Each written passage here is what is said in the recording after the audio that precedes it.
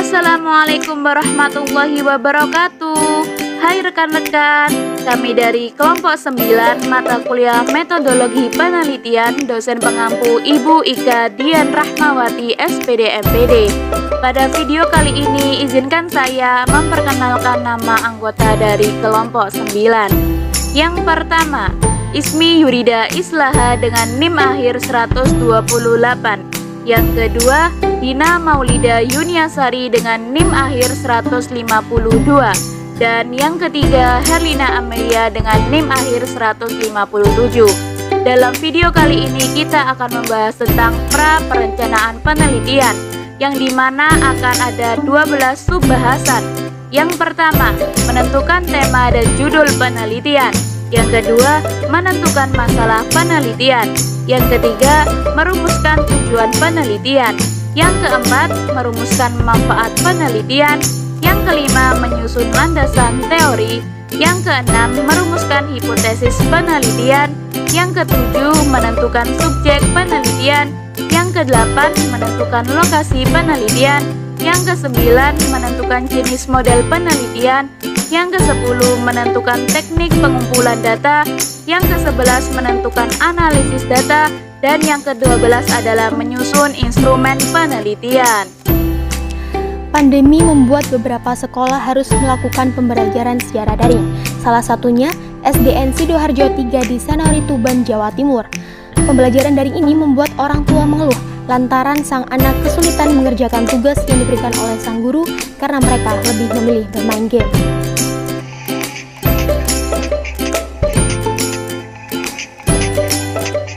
Belajar dari rumah melalui sistem dalam jaringan dan luar jaringan di masa pandemi COVID-19 ini membuat siswa merasa bosan karena tidak bisa berinteraksi langsung dengan guru dan teman-temannya. Suasana yang membosankan ini membuatnya tidak memanfaatkan waktu belajar dengan baik. Subsidi paket internet yang diberikan pemerintah melalui dana bantuan operasional sekolah untuk belajar online justru digunakan untuk bermain game. Selain itu, dampak lain yang dirasakan oleh siswa dari belajar online adalah beban tugas yang terlalu banyak. Salah satu siswa kelas 5 mengaku dirinya lebih menyukai belajar tatap muka daripada online.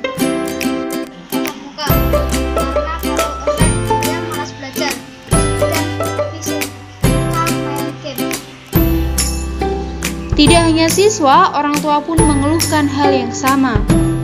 Orang tua siswa mengatakan bahwa sang anak lebih banyak main game daripada belajar. Hal itu berdampak buruk pada tugas yang diberikan oleh gurunya. Nur Hadi juga berharap semoga pandemi ini cepat berakhir agar dapat kembali bisa belajar secara tatap muka.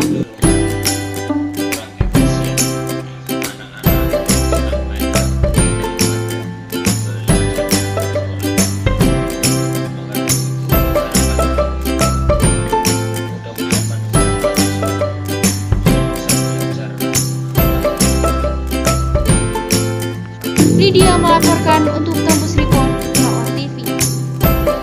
Dari video tersebut dapat kita tentukan judul penelitian sebagai berikut. Pengaruh game online terhadap minat belajar siswa kelas 5 SDN Sidoarjo 3 Tuban. Tema berasal dari bahasa Yunani, titenai berarti sesuatu yang telah diuraikan atau sesuatu yang telah ditempatkan. Tema merupakan amanat utama yang disampaikan oleh penulis melalui karangannya. Dalam karang mengarang, tema adalah pokok pikiran yang mendasari karangan yang akan disusun. Dalam tulis menulis, tema adalah pokok bahasan yang akan disusun menjadi tulisan atau tujuan dari penulisan itu sendiri. Judul adalah nama yang dipakai untuk buku, bab dalam buku, kepala berita, dan lain sebagainya. Dalam artikel, judul sering disebut juga dengan kepala tulisan. Judul mengisarkan ide utama atau gagasan suatu penelitian.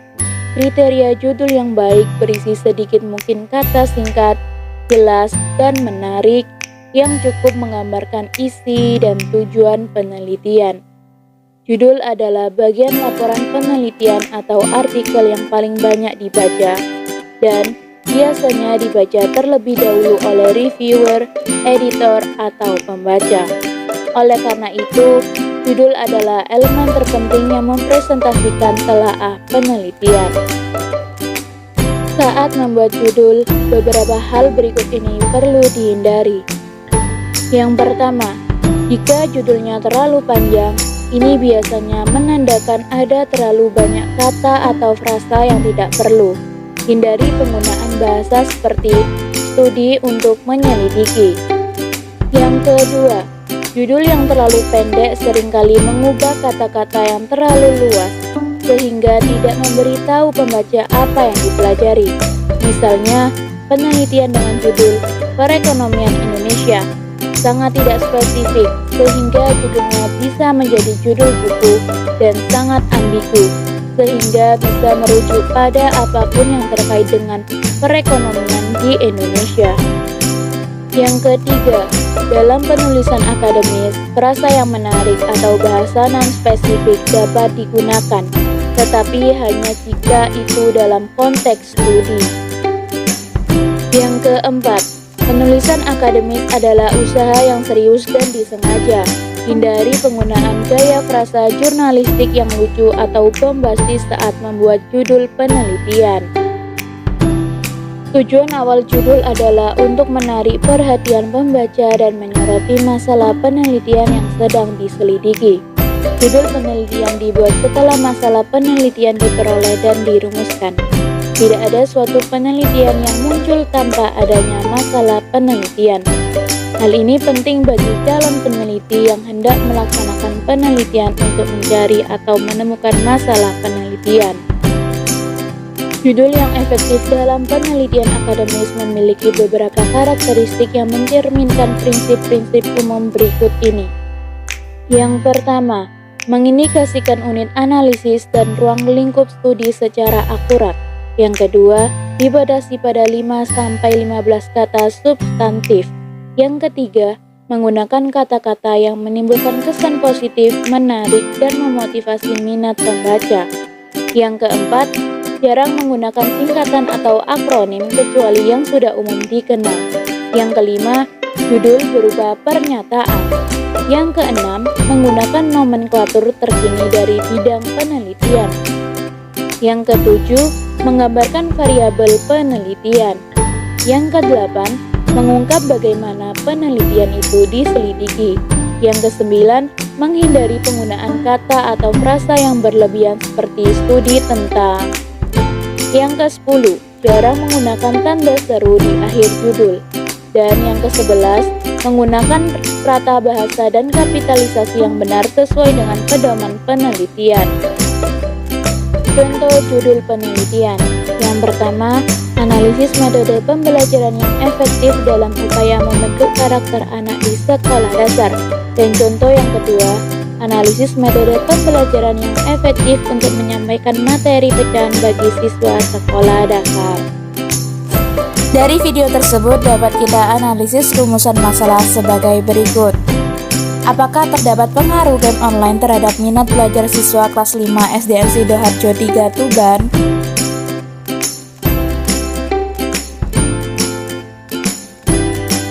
Masalah merupakan suatu kesenjangan yang terjadi antara apa yang diinginkan. Suatu masalah dapat diartikan sebagai kendala, hambatan pelaksanaan suatu program. Tanpa adanya permasalahan, penelitian tidak akan dapat dilaksanakan karena perumusan masalah merupakan sumber utama dari unsur penelitian yang akan dilaksanakan. Ada beberapa kriteria yang bisa dijadikan untuk menetapkan suatu masalah penelitian. Yang pertama, adanya kesenjangan gap antara yang seharusnya dengan apa yang ada saat ini. Yang kedua, terdapat kontradiksi perbedaan antara keterangan yang satu dengan keterangan yang lain. Yang ketiga, proses suatu pekerjaan yang bermasalah tidak berjalan dengan baik, mengakibatkan kendala-kendala di kemudian hari. Sumber masalah dalam suatu penelitian bisa berasal dari berbagai sumber. Menurut Macmillan dan Schoolmaker dalam Hajar pada tahun 1996 halaman 40-42, Masalah bisa bersumber dari satu, observasi. Masalah penelitian bisa diangkat dari hasil observasi terhadap suatu hubungan tertentu yang masih belum memiliki dasar penjelasan yang memadai, dan cara-cara rutin yang di dalam melakukan suatu tindakan didasarkan atas tradisi atau otoritas. Yang kedua yaitu deduksi dari teori. Teori itu sendiri merupakan konsep-konsep yang masih berupa prinsip-prinsip umum yang penerapannya belum bisa diketahui selama belum dilakukan pengujian secara empiris. Yang ketiga yaitu kepustakaan. Hasil dari penelitian kemungkinan dapat memberikan rekomendasi akan perlunya dilakukan suatu penelitian ulang atau replikasi, baik dengan ataupun tanpa variasi. Replikasi bisa meningkatkan validitas hasil penelitian dan kemampuan untuk digeneralisasikan secara lebih luas.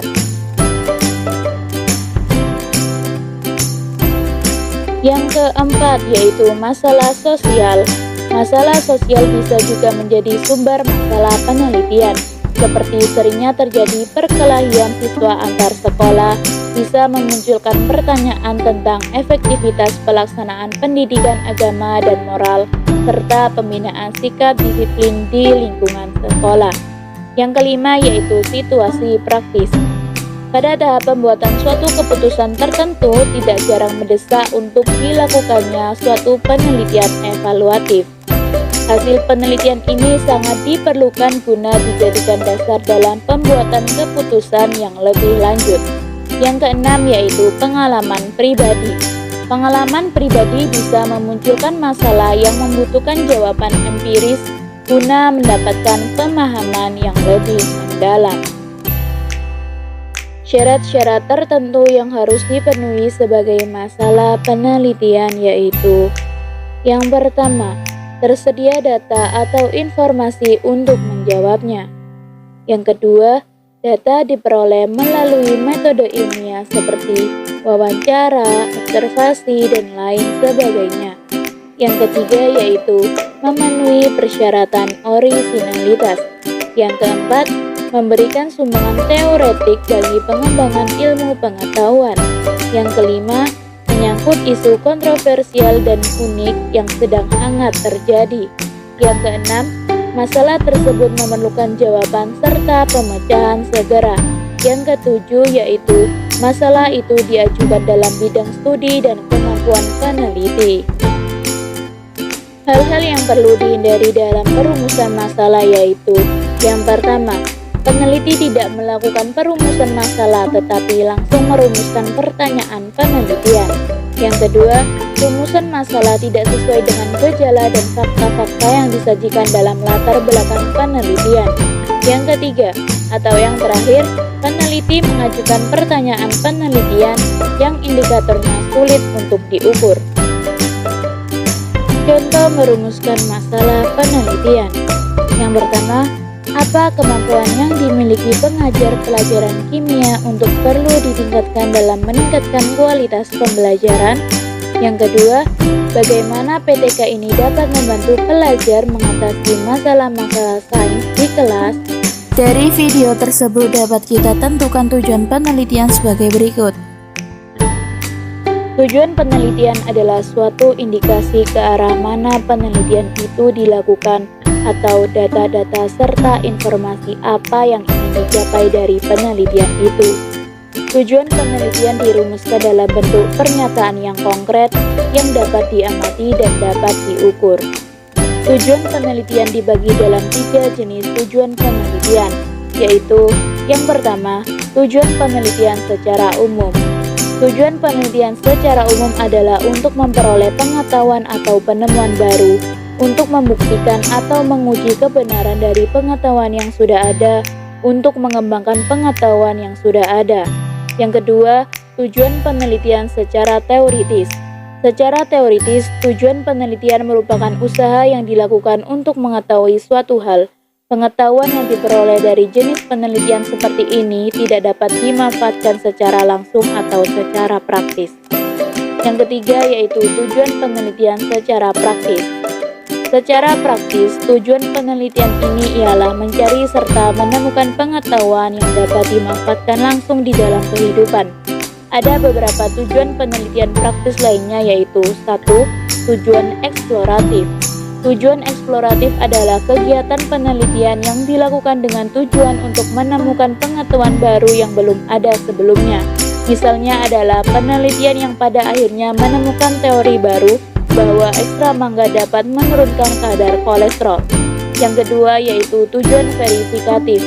Tujuan verifikatif merupakan kegiatan penelitian yang dilakukan dengan tujuan untuk menguji atau membuktikan kebenaran dari pengetahuan yang telah ada sebelumnya. Misalnya, penelitian yang membuktikan apakah benar mentimun dapat menurunkan tekanan darah manusia.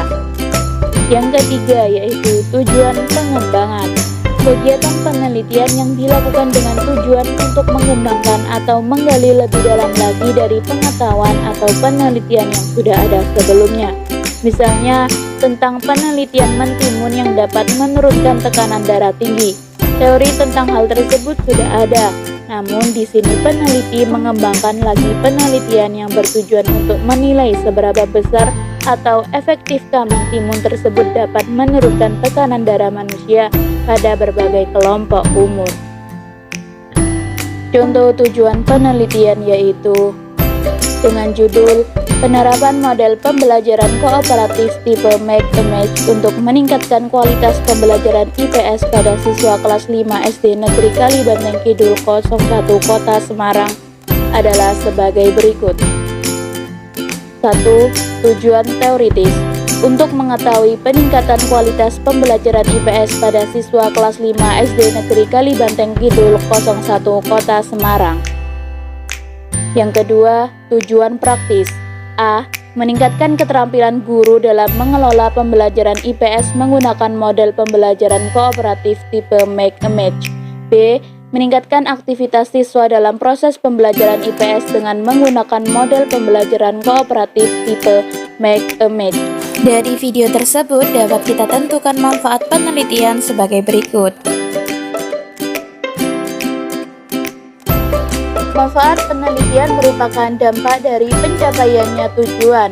Seandainya dalam penelitian tujuan dapat tercapai dan rumusan masalah dapat dipecahkan secara tepat dan akurat, maka manfaatnya secara praktis maupun secara teoritis. Kegunaan penelitian mempunyai dua hal, yaitu mengembangkan ilmu pengetahuan secara teoritis dan membantu mengatasi, memecahkan, dan mencegah masalah yang ada pada objek yang diteliti. Ada dua jenis manfaat penelitian menurut Sukijo pada tahun 2010 adalah sebagai berikut. Yang pertama, manfaat teoritis. Manfaat teoritis adalah manfaat penelitian bagi pengembangan ilmu pengetahuan, sehingga manfaat tersebut dapat mengembangkan ilmu yang diteliti dari segi teoritis. Teori yang digunakan berdasarkan peneliti sebelumnya. Manfaat teoritis ini berlatar dari tujuan penelitian verifikatif, yaitu untuk mengecek teori yang sudah ada, apakah teori tersebut memperkuat atau menggugurkan teori tersebut. Oleh karena itu, manfaat teoritis biasanya muncul karena adanya ketidakpuasan terhadap berbagai jenis landasan teori yang sudah ada, sehingga dilakukan penyelidikan kembali secara empiris. Yang kedua, manfaat praktis. Manfaat praktis adalah manfaat penelitian yang menjelaskan kontribusi hasil penelitian bagi subjek atau organisasi yang diteliti. Manfaat praktis juga menjelaskan manfaat yang berguna dalam memecahkan masalah secara praktis. Keberfungsian secara langsung dari hasil penelitian yang dapat digunakan oleh masyarakat untuk memecahkan berbagai jenis rumusan masalah praktis, atau bisa juga dikatakan bahwa manfaat praktis merupakan bagian manfaat penelitian bagi suatu program yang telah berjalan. Contoh dalam merumuskan manfaat penelitian dengan judul Penerapan Model Pembelajaran Kooperatif Tipe Make a Match untuk meningkatkan kualitas pembelajaran IPS pada siswa kelas 5 SD Negeri Kalibanteng Kidul 01 Kota Semarang adalah sebagai berikut. 1. Manfaat teoritis. A. Sebagai bahan referensi atau pendukung penelitian selanjutnya. B. Menambah pengembangan ilmu pengetahuan sosial. C. Menambah kajian tentang hasil penelitian pembelajaran IPS. Yang kedua, manfaat praktis. A. Bagi siswa, dengan penerapan model pembelajaran kooperatif tipe Make a Match, siswa dapat menerima pembelajaran yang lebih bervariasi, sehingga mampu meningkatkan minat, kreativitas, dan keaktifan siswa dalam pembelajaran. B. Bagi guru, dengan penerapan model pembelajaran kooperatif tipe Make a Match, memudahkan guru dalam memberikan materi dan wawasan pengetahuan, serta pengalaman baru tentang model kooperatif. C. Bagi sekolah, dengan penerapan model pembelajaran kooperatif tipe Make a Match, dapat menjadi panduan model pembelajaran yang mampu meningkatkan kualitas pembelajaran. Dari video tersebut dapat kita tentukan landasan teori sebagai berikut.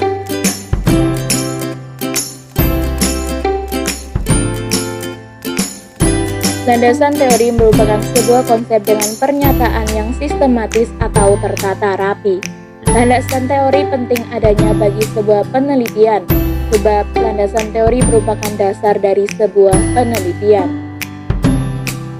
Dalam penyusunan landasan teori, penting untuk memperhatikan isi dari landasan teori. Isi dari landasan teori setidaknya harus memuat 5 hal, yaitu yang pertama, kerangka teori variabel atau subvariabel pertama. Yang kedua, kerangka teori variabel atau subvariabel kedua.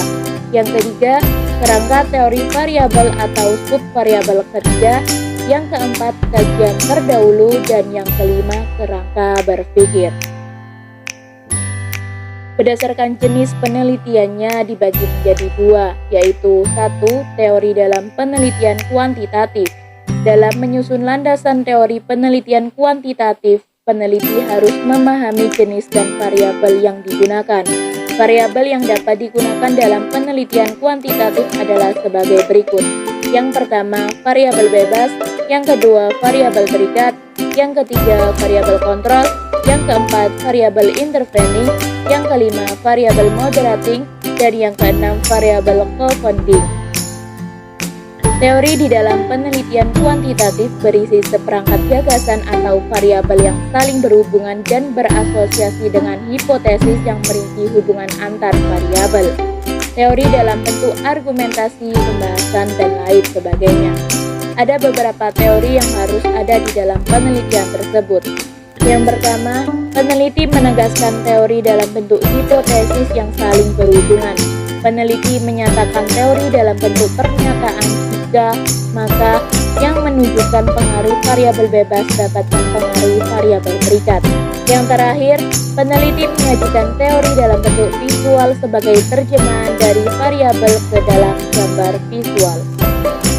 Kedua, teori dalam penelitian kualitatif. Teori kualitatif ini memiliki tujuan yang berbeda-beda, di antaranya 1. Dalam penelitian kualitatif, landasan teori yang digunakan sebagai penjelasan atas perilaku dan sikap tertentu yang dilengkapi dengan variabel, konstruk, dan hipotesis penelitian. Yang kedua, peneliti sering menggunakan perspektif teoritis sebagai panduan untuk meneliti gender, kelas, ras, dan lainnya. Yang ketiga, teori yang digunakan sebagai akhir penelitian sehingga penerapannya secara induktif berdasarkan data, kemudian ke tema umum dan menuju teori tertentu. Yang keempat, beberapa penelitian kualitatif tidak menggunakan teori yang terlalu eksplisit. Dari video tersebut dapat kita tentukan hipotesis penelitian sebagai berikut. Hipotesis merupakan suatu pernyataan atau tuduhan sementara di mana kebenarannya belum teruji secara empiris. Dalam menghasilkan hipotesis yang baik, maka kita harus mengikuti langkah-langkah tertentu. Sebuah hipotesis harus tetap dibuat berdasarkan pada sebuah pedoman, yaitu 1. Teori ilmiah. Untuk mempermudah dalam proses pembuatan hipotesis, seorang peneliti biasanya akan memaparkan atau menjabarkan sebuah teori menjadi pendapat dan postulat. Pendapat tersebut dikatakan sebagai suatu anggapan yang mendasari lahirnya suatu hipotesis yang kemudian dapat diujikan menggunakan data untuk menarik sebuah kesimpulan. Yang kedua yaitu fakta ilmiah. Secara umum, fakta dapat dikatakan sebagai kebenaran yang bisa diterima oleh nalar manusia dan sesuai dengan kenyataan yang ada. Untuk merumuskan sebuah hipotesis dapat dilakukan dengan cara fakta ilmiah, yang banyak sekali caranya, seperti yang pertama, diperoleh dari sumber aslinya. Yang kedua, dengan cara menggambarkan dan mengartikan dari sumber yang asli. Yang ketiga, fakta yang didapat dari orang mengidentifikasi dengan jalan menyusunnya dalam bentuk abstrak reasoning. Adapun ciri-ciri hipotesis yang baik menurut Muhammad Nazir adalah sebagai berikut. Yang pertama, suatu hipotesis harus menyatakan hubungan. Yang kedua, hipotesis harus sesuai dengan fakta. Yang ketiga, hipotesis harus berhubungan dengan ilmu. Yang keempat, hipotesis harus dapat diujikan. Yang kelima, hipotesis harus sederhana. Dan yang keenam, hipotesis harus bisa menerangkan fakta. Dari video tersebut dapat kita tentukan subjek penelitian sebagai berikut. Subjek penelitian adalah sumber yang dapat memberikan informasi, dipilih secara purposif dan pelaksanaannya sesuai dengan tujuan tertentu. Menurut Ari Kunto pada tahun 2007 halaman 152, subjek penelitian merupakan sesuatu yang sangat penting kedudukannya di dalam penelitian. Subjek penelitian harus ditata sebelum peneliti siap untuk mengumpulkan data. Subjek penelitian dapat berupa benda, hal, ataupun orang. Dengan demikian, subjek penelitian pada umumnya manusia atau apa saja yang menjadi urusan manusia. Dari video tersebut dapat kita tentukan lokasi penelitian sebagai berikut. Lokasi penelitian adalah tempat di mana peneliti memperoleh informasi mengenai data yang diperlukan. Lokasi penelitian adalah merupakan tempat di mana penelitian akan dilakukan. Pemilihan lokasi harus didasarkan pada pertimbangan-pertimbangan kemenarikan, keunikan, dan kesesuaian dengan topik yang dipilih. Dengan pemilihan lokasi ini, peneliti diharapkan menemukan hal-hal yang bermakna dan baru. Menurut Suwarna Alamukhtar pada tahun 2015, halaman 243. Menurut Nasution pada tahun 2003, halaman 43 mengatakan bahwa lokasi penelitian menunjuk pada pengertian lokasi sosial yang dicirikan oleh adanya 3 unsur, yaitu pelaku, tempat, dan kegiatan yang dapat diobservasi. Dari video tersebut dapat kita analisis jenis model penelitian sebagai berikut. Terdapat berbagai macam model penelitian yang dapat dijadikan sebagai acuan dalam penelitian research and development ini sebagai berikut. Yang pertama, model pengembangan Borg dan Gall. Menurut Borg dan Gall pada tahun 1983, model pengembangan ini menggunakan alur air terjun atau waterfall pada tahap pengembangannya. Terdapat 10 langkah pelaksanaan sebagai berikut. Yang pertama, penelitian dan pengumpulan data. Yang kedua, perencanaan. Yang ketiga, pengembangan draft produk. Yang keempat, uji coba lapangan. Yang kelima, penyempurnaan produk awal. Yang keenam, uji coba lapangan. Yang ketujuh, menyempurnakan produk hasil uji lapangan. Yang kedelapan, uji pelaksanaan lapangan. Yang kesembilan, penyempurnaan produk akhir. Dan yang ke-10, seminasi dan implementasi. Yang kedua, model pengembangan 4D. Menurut Tiaga Rajan pada tahun 1974 terdiri dari 4 tahap pengembangan sebagai berikut. Yang pertama, tahap define atau pendefinisian. Tahap awal dalam model 4D ialah pendefinisian terkait syarat pengembangan. Sederhananya, pada tahap ini adalah tahap analisis kebutuhan. Yang kedua, tahap perancangan atau desain. Tahap kedua adalah perancangan atau desain. Ada 4 langkah yang harus dilalui pada tahap ini, yakni penyusunan standar tes, pemilihan media, pemilihan format, dan rancangan awal. Yang ketiga yaitu tahap develop atau pengembangan. Tahap ketiga adalah pengembangan atau develop. Tahap pengembangan merupakan tahap untuk menghasilkan sebuah produk pengembangan. Tahap ini terdiri dari 2 langkah, yaitu penilaian ahli dan uji coba pengembangan. Yang keempat, tahap disseminate atau penyebar luasan. Tahap terakhir adalah tahap penyebar luasan. Tahap akhir pengemasan akhir, difusi dan adopsi adalah yang paling penting, meskipun paling sering diabaikan. Yang ketiga yaitu tahap model penelitian pengembangan ADI. 1. Analisis. Tahap pertama adalah menganalisis perlunya pengembangan produk baru dan menganalisis kelayakan serta syarat pengembangan produk. Pengembangan suatu produk dapat diawali oleh adanya masalah dalam produk yang sudah ada. Masalah dapat muncul dan terjadi karena produk yang ada sekarang atau tersedia sudah tidak relevan dengan kebutuhan sasaran. Yang kedua yaitu desain. Kegiatan desain merupakan proses sistematik yang dimulai dari merancang konsep dan konten di dalam produk tersebut. Rancangan ditulis untuk masing-masing konten produk. Petunjuk pembuatan desain diupayakan ditulis secara jelas dan rinci. Pada tahap ini, rancangan produk masih bersifat konseptual dan akan mendasari proses pengembangan di tahap berikutnya. Yang ketiga yaitu development. Development berisi kegiatan realisasi rancangan produk yang sebelumnya telah dibuat. Pada tahap sebelumnya, telah disusun kerangka konseptual penerapan produk baru. Kerangka yang masih konseptual tersebut selanjutnya direalisasikan menjadi produk yang siap untuk diterapkan. Pada tahap ini juga perlu dibuat instrumen untuk mengukur kinerja produk. Yang keempat yaitu implementation. Penerapan produk dimaksudkan untuk memperoleh umpan balik terhadap produk yang dibuat atau dikembangkan. Umpan balik awal atau awal evaluasi dapat diperoleh dengan menanyakan hal-hal yang berkaitan dengan tujuan pengembangan produk. Yang kelima, evaluation. Tahap evaluasi dilakukan untuk memberi umpan balik kepada pengguna produk, sehingga revisi dibuat sesuai dengan hasil evaluasi atau kebutuhan yang belum dapat dipenuhi oleh produk tersebut. Tujuan akhir evaluasi yakni mengukur ketercapaian tujuan pengembangan.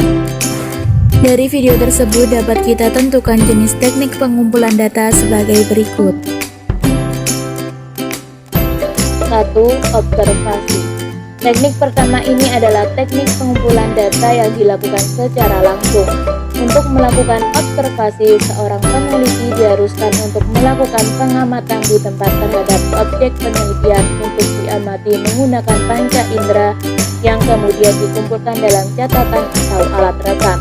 Observasi terbagi menjadi 3, yaitu observasi partisipatif, observasi terus terang, dan observasi tak berstruktur. Yang kedua, kuesioner atau angket. Kuesioner atau angket adalah teknik pengumpulan data yang dilakukan dengan cara memberikan beberapa pertanyaan terkait penelitian yang akan diberikan kepada responden. Sebelum menyebarkan kuesioner, peneliti diharuskan untuk melakukan pengujian terkait dengan pertanyaan-pertanyaan yang akan diberikan. Dikarenakan hasil pertanyaan ini nantinya akan digunakan sebagai alat ukur yang valid dan reliable. Yang ketiga, interview atau wawancara. Secara konsep terdapat kesamaan antara kuesioner dengan interview. Yang membedakan adalah waktu terjadinya proses pertukaran. Interview dilakukan secara langsung, berbentuk tanya jawab atau wawancara. Dalam teknik wawancara ini, interview narasumber berperan sebagai informan yang berperan sebagai sumber informasi. Yang keempat, studi literatur.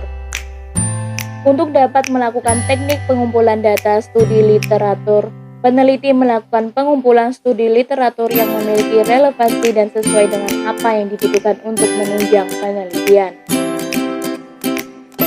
Yang kelima yaitu studi dokumen. Dalam studi dokumen, peneliti mengandalkan dokumen sebagai salah satu sumber data sebagai penunjang penelitian. Contoh dokumen yang digunakan dapat berupa sumber tertulis, film, dan lain sebagainya. Dari video tersebut dapat kita tentukan teknik analisis data sebagai berikut.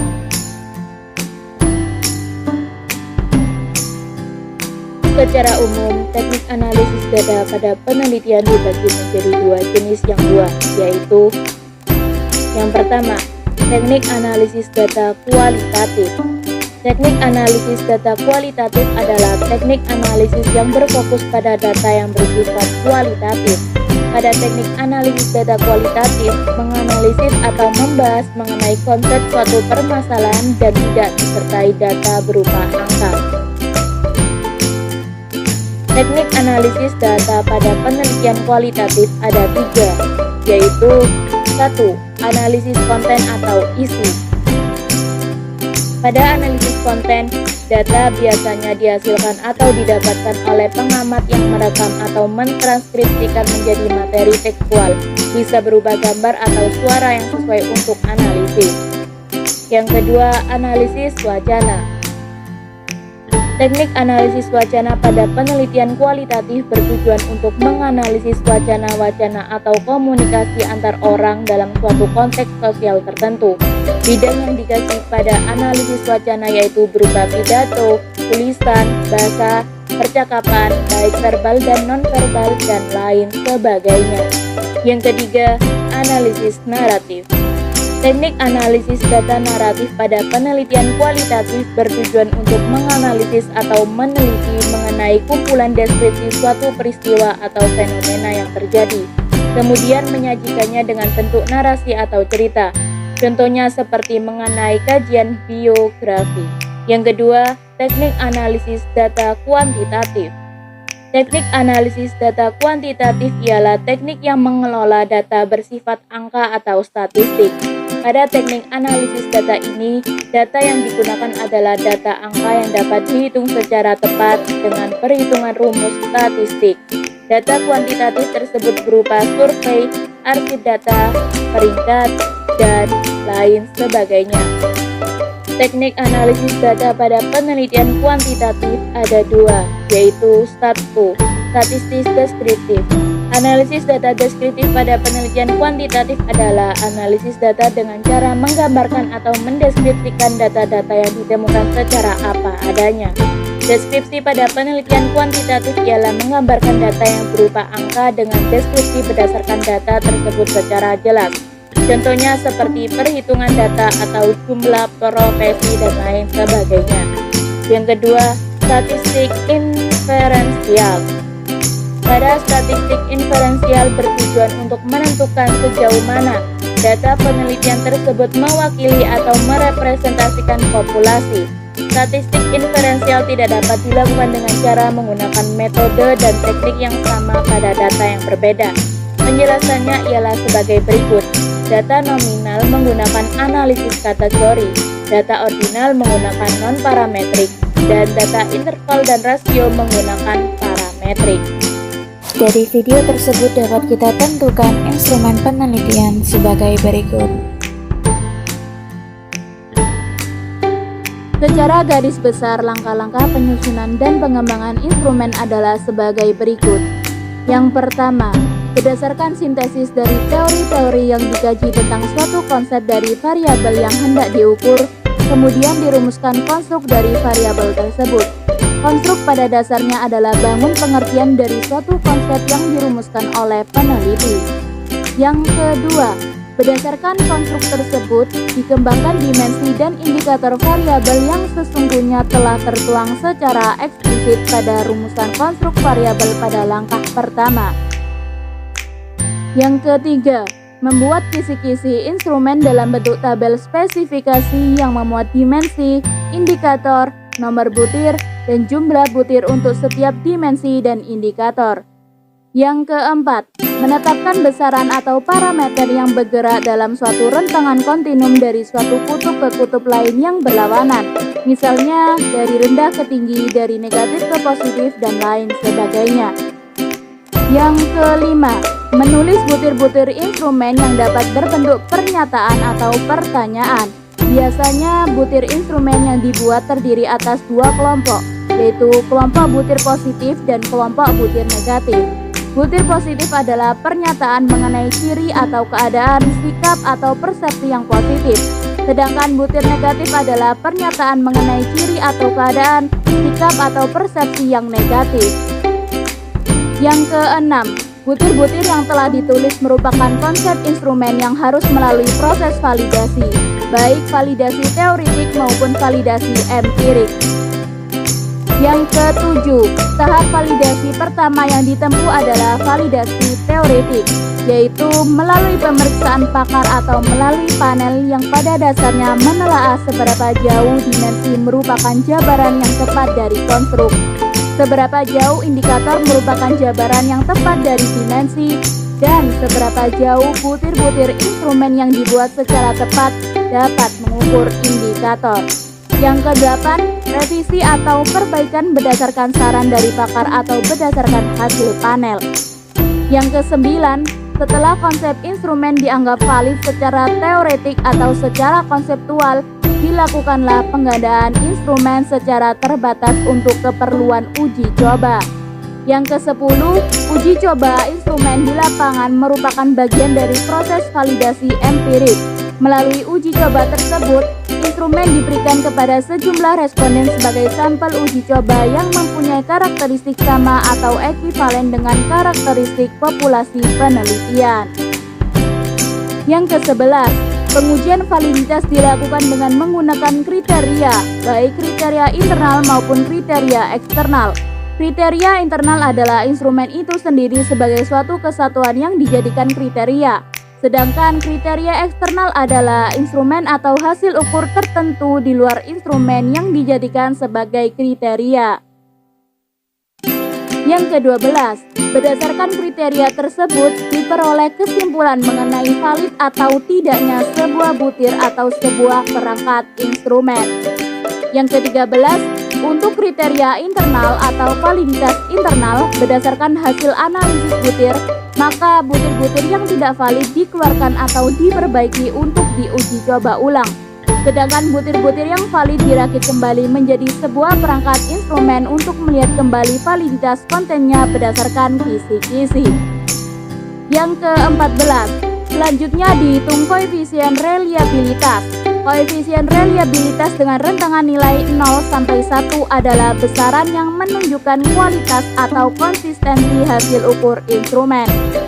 Yang ke-15 atau yang terakhir, perakitan butir-butir instrumen yang valid untuk dijadikan instrumen final.